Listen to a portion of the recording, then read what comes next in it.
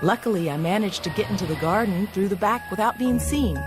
It didn't take Coletti long to park his guard dogs outside my house. I mustn't let those two bobbies see me. I'll have to think of a way of getting into the house without making them suspicious.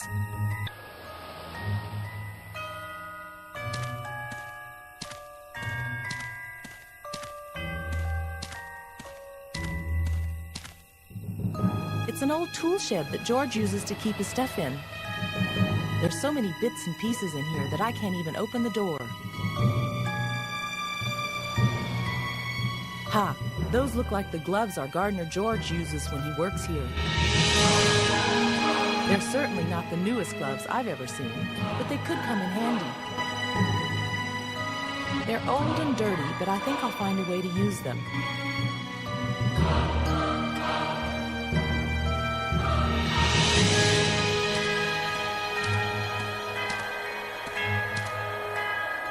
The glass door of the balcony is open. Locked.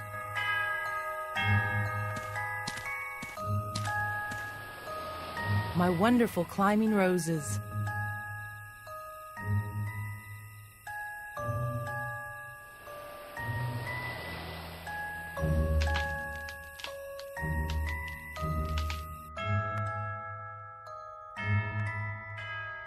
I haven't got much time.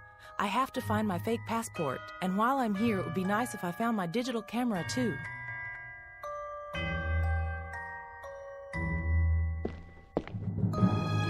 My father's bedroom.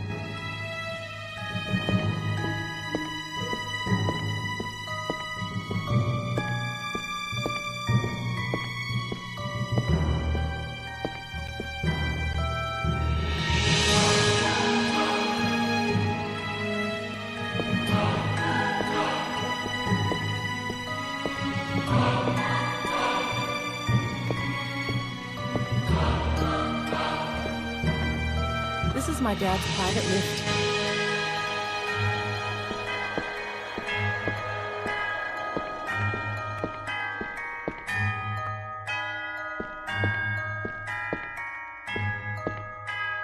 My favorite couch.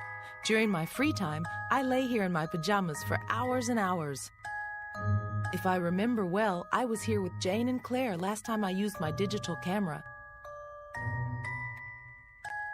Yes, here it is. This little thing always manages to hide in the most unthinkable places. My budget digital camera.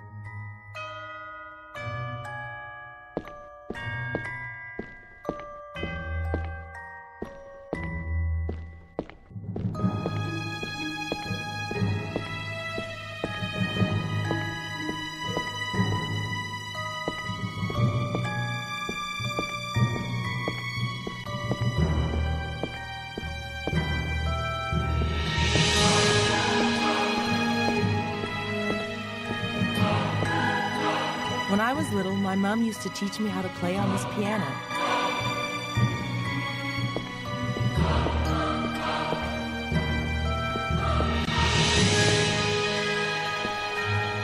Our computer.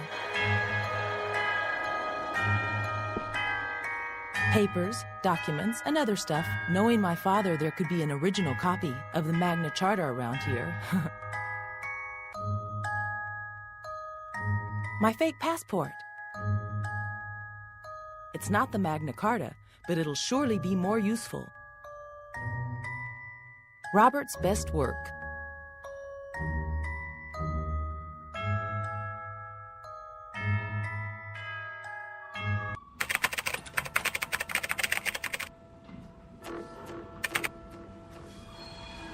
Welcome back, Kat. I've sorted out your friend's passport, okay? Now he'll be known as Daniel Brown. Actually, I'd have preferred something a bit more classic, like John Smith or Mr. Johnson. Jonathan, this is no time to... The name's Daniel, if you don't mind. Okay, Daniel. There were only 2 policemen posted outside my house. Getting in through the window was child's play. Coletti must have thought we'd never be so stupid to go back to my father's house. Unfortunately, though, my father has been arrested by Scotland Yard. There are scores of police looking for us everywhere.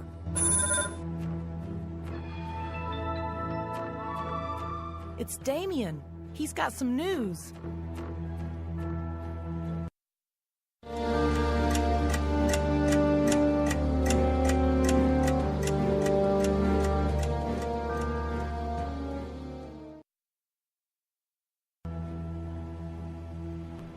Welcome back, you two.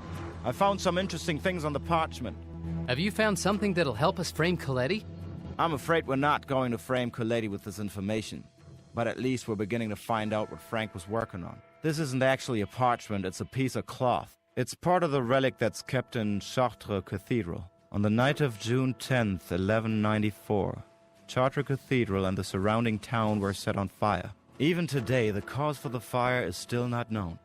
Many historians have put forward theories, and one of these is that it was an extremist secret cell of Cathars who started the fire. So I kept track and discovered that the Cathars were a sect that had a fair amount of support from different social classes, especially the poor at that time. The sect, however, was also supported by some of the middle classes who only sided with the Cathars to oppose the enormous power of the clergy. I think I've read something about the Cathars in some history book. I was reading it for fun.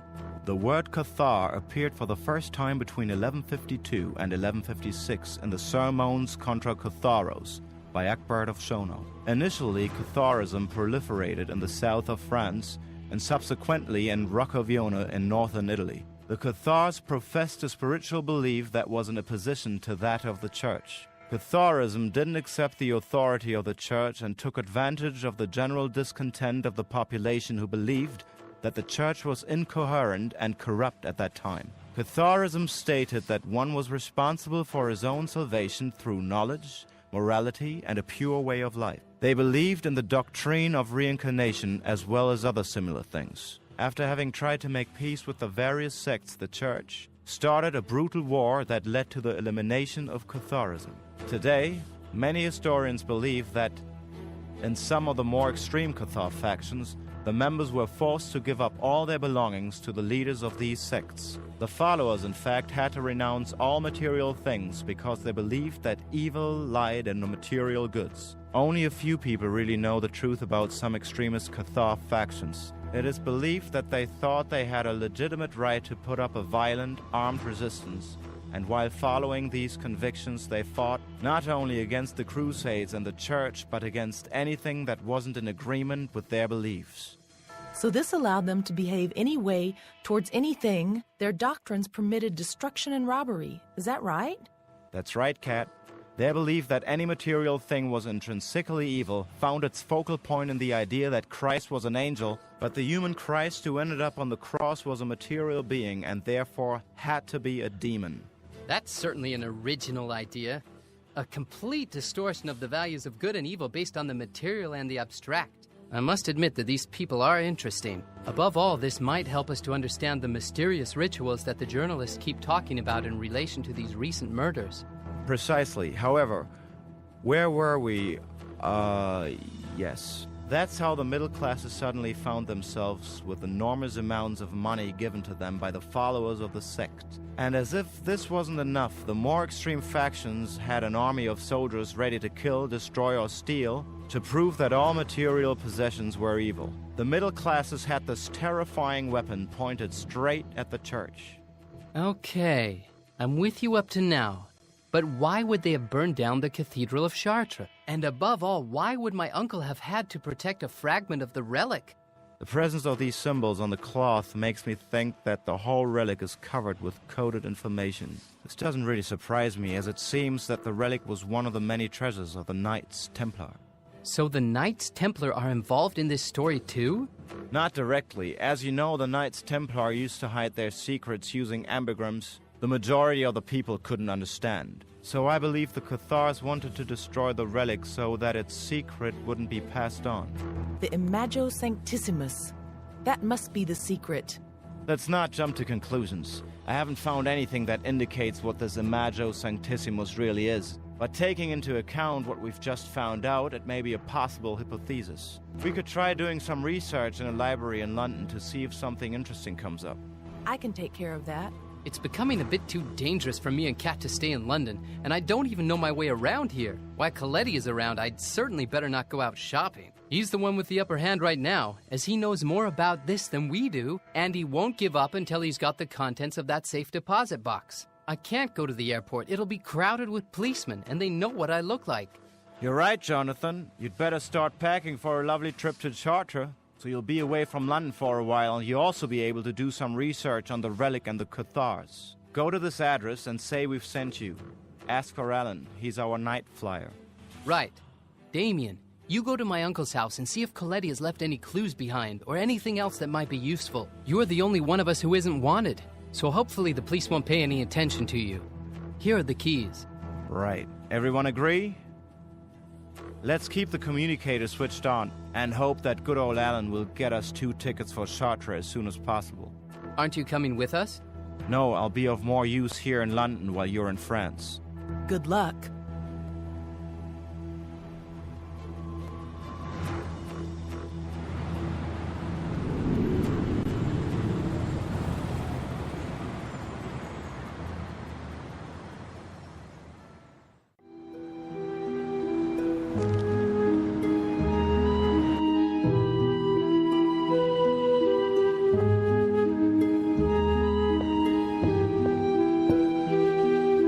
God, Coletti has really lost his mind. He has to be stopped.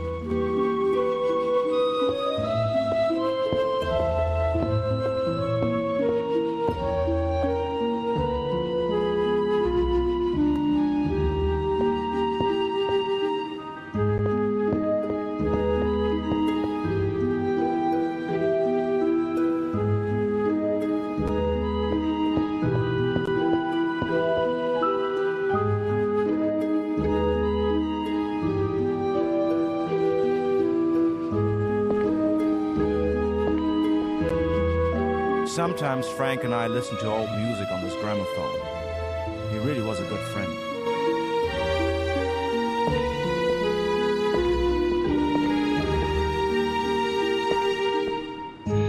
And here's my best friend, Frank's new laptop.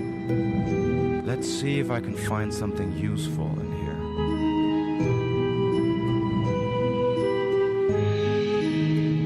Damn, I need the password. Maybe Joe knows it. Managed to find out from Frank what it was. Maybe I should try asking Joe for the password.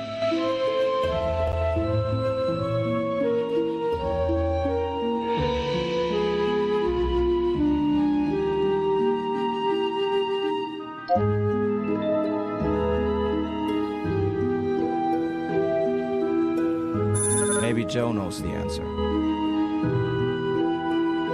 That was quick.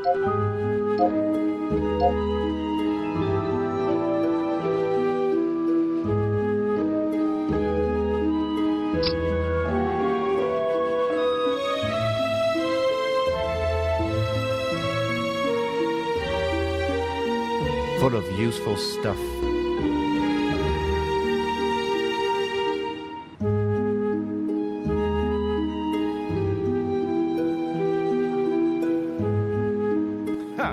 My little hacking program never fails me, and here's something Kat will find interesting. The titles of the books that Frank wanted to study for his investigation.